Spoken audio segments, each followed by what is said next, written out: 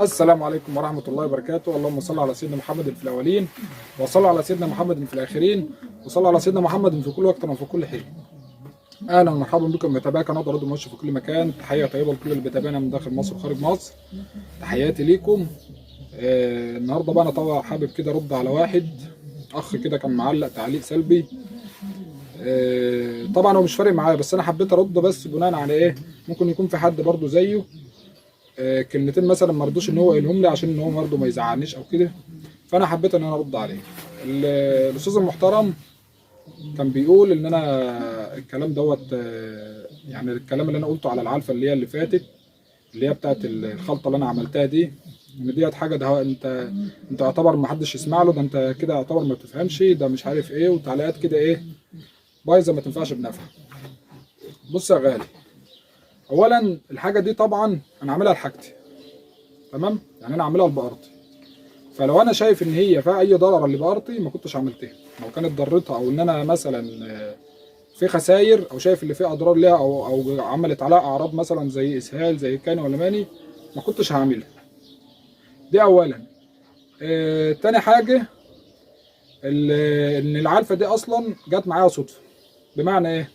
بمعنى ان انا مثلا جبت كنت جايب الثلاث شكاير اللي هو الرده دول وركنتهم، والشكرتين اللي برضه الذره وركنتهم، دول حاجات عاديه دي.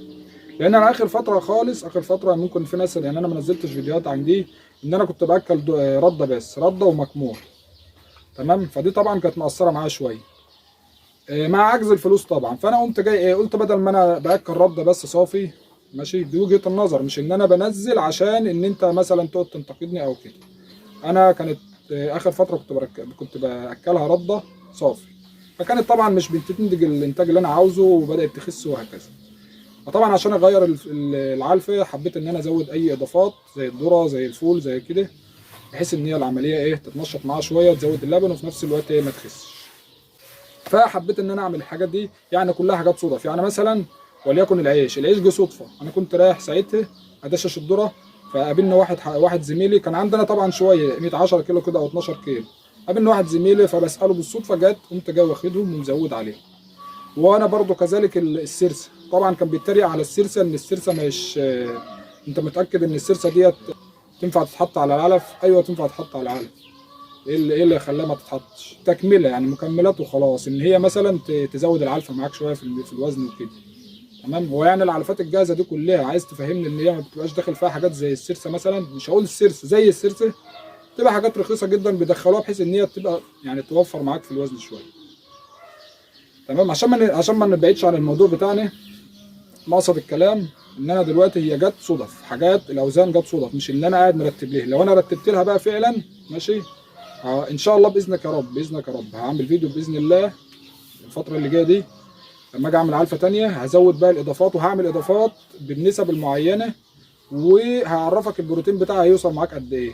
يعني انا دلوقتي هوصلك معايا سواء حلاب او تسمين، هوصل لك معايا البروتين ده وصل معاك كام في المية، يعني وليكن 18% 21 ايا كان، تمام؟ بس انا طبعا عشان هي دي حلاب، فانا هزود ايه، هنزود الفول شويه، لان الحلاب طبعا بيحتاج فول اكتر عشان يدي بروتين اعلى.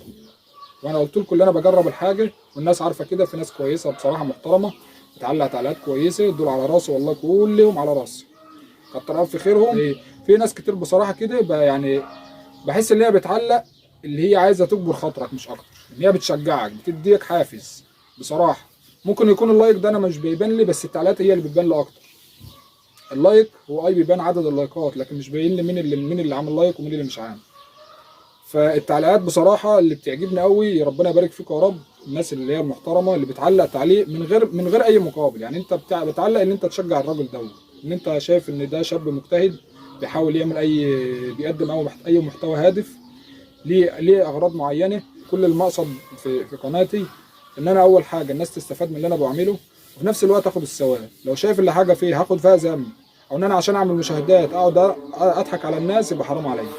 زي في قنوات على اليوتيوب طبعا كتير، وعامله محتوى تافه جدا، وتبص تلاقيهم جايبين مشاهدات عاليه ومش عارف ايه، عشان ان هم يعني يكسبوا مثلا فلوس زياده، او ان هم يعملوا شعبيه اكتر، فيقعدوا يعملوا حاجات تافهه وحاجات ملهاش اي لازمه، لا بتفيد الناس ولا بتاخد عليها ثواب. طب انا بقدم دلوقتي محتوى مفيد للناس، الناس بتستفاد منه، وفي ناس كتير استفادت مني الحمد لله بفضل الله، وباخد الثواب. انا كفيني ان انا باخد الثواب، دي اول حاجه انا يعني انا بتمناها من ربنا طبعا الثواب، واكتر حاجه ببقى مستنيه. ليه؟ انا معلش في الكلمه دلوقتي، ده محدش ضامن عمر، انا ممكن يعني يموت في يوم من الايام، اما واحد يتفرج على الفيديو بتاعي ماشي، يكفي بس ان هو يدعي لي دعوه كويس او يقول الله يبارك لك، بس دي بالنسبه لي كفايه. فطبعا كلنا بنكمل بعض، احنا كلنا على القناه عندي او المتابعين بتوعي، كلنا احنا بنكمل بعضين. انا مش ان انا مثلا بابا المجال زي ما بيقولوا ولا الكلام ده، الحمد لله انا على قدي، انا يعتبر اقل حد في الدنيا كلها ماشي، بس بحاول ان انا اللي انا استفدت منه افيد بيه الناس، واللي انا انضريت منه ابعد الناس عنه، احاول ان انا اوجهها على قد ما اقدر. اللي انا اتعاملت معاه واللي انا جربته بكلم فيه، غير كده ما بقدرش اتكلم. تمام. فانا ان شاء الله باذن الله هعمل علفه محترمه بعد كده ان شاء الله، في فيديو كده ان شاء الله هحضره بعد ما العلفه دي تخلص. تمام. وبرضه انا برضه مش بتكلم كلام، يعني انا بقى انت لو هتفكر ان انا بعمل عشان المشاهدات، لا، انا الحمد لله مأكل بهنت بيه. تمام. وهوريك برضه العلف اهوت عشان تتاكد ان الكلام ده مش كلام وخلاص. هوريكم دلوقتي اهو. طبعا انا مش مجبر ان انا اوريك ماشي، دي طبعا الجرد اللي انا بعلف فيه، اللي انا بحط فيه الحاجه بتاعتي، ده اللي هشتغل منه. تمام. سيبك من ده خالص اهو. دلوقتي ده المكان اللي انا بحط فيه حاجتي ماشي. العلف اهو، خلطات اهي اللي انا دربتها. تمام. ده حتى التفله هي اللي انا كنت عامل منها ماشي، دي تفله، وادي دي شكاره رد اهي. بس دي طبعا الشكار ديت مش ما فيهاش تفله ولا كده، لا، دي قصدي يعني الخلطه انا جمعتهم طبعا في شكاير وحطيتهم زي ما انتم شايفينها. تمام. دي شكاره قديمه من عند البتاع اللي هي الصنطه دي، فقصدي العلفه اهي ماشي.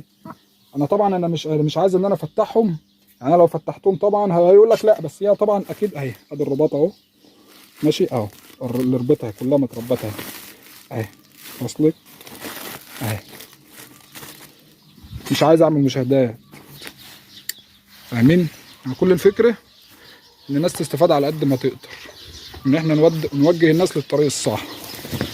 انا الفيديو اللي هو العلفه اللي فاتت دي، انا كنت عامل علفه كويسه وحاسس ان هي بالنسبه له رخيصه، قلت اما اتكلم مع الناس، انت حابب ان انت تاخد بيها ما فيش مشكله اعملها، شايف ان هي مش كويسه او مش مناسبه ليك عادي ما فيش اي مشكله، ما تعملهاش، ايه المشكله؟ اما نزل فيديو تاني بعد كده وتستفاد منه، حاسس ان هي حاجه كويسه وهتفيدك، اعمل بيه. لو عايز تعلق وشايف ان حاجه مش حلوه قدامك، نزل تعليق وقول يا عم دلوقتي اللي انت مثلا عاملها في حاجه معينه انت عاملها غلط، الحاجه ديت الاضافه دي غلط ماشي. زي السيرس انت بتقول ان هي غلط، طيب انا مش شايف ان هي غلط، وفي ناس طبعا بتحكم بالكلام اللي انا بقوله.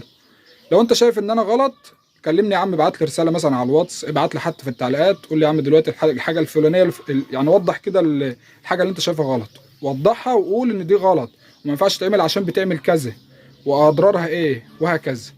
انا شايف اللي انا عملته صح، خلاص انا شايف اللي بهمتي الحمد لله ماشيه عليه كويسه ومبسوط منها، خلاص بقى مفيش مشكله.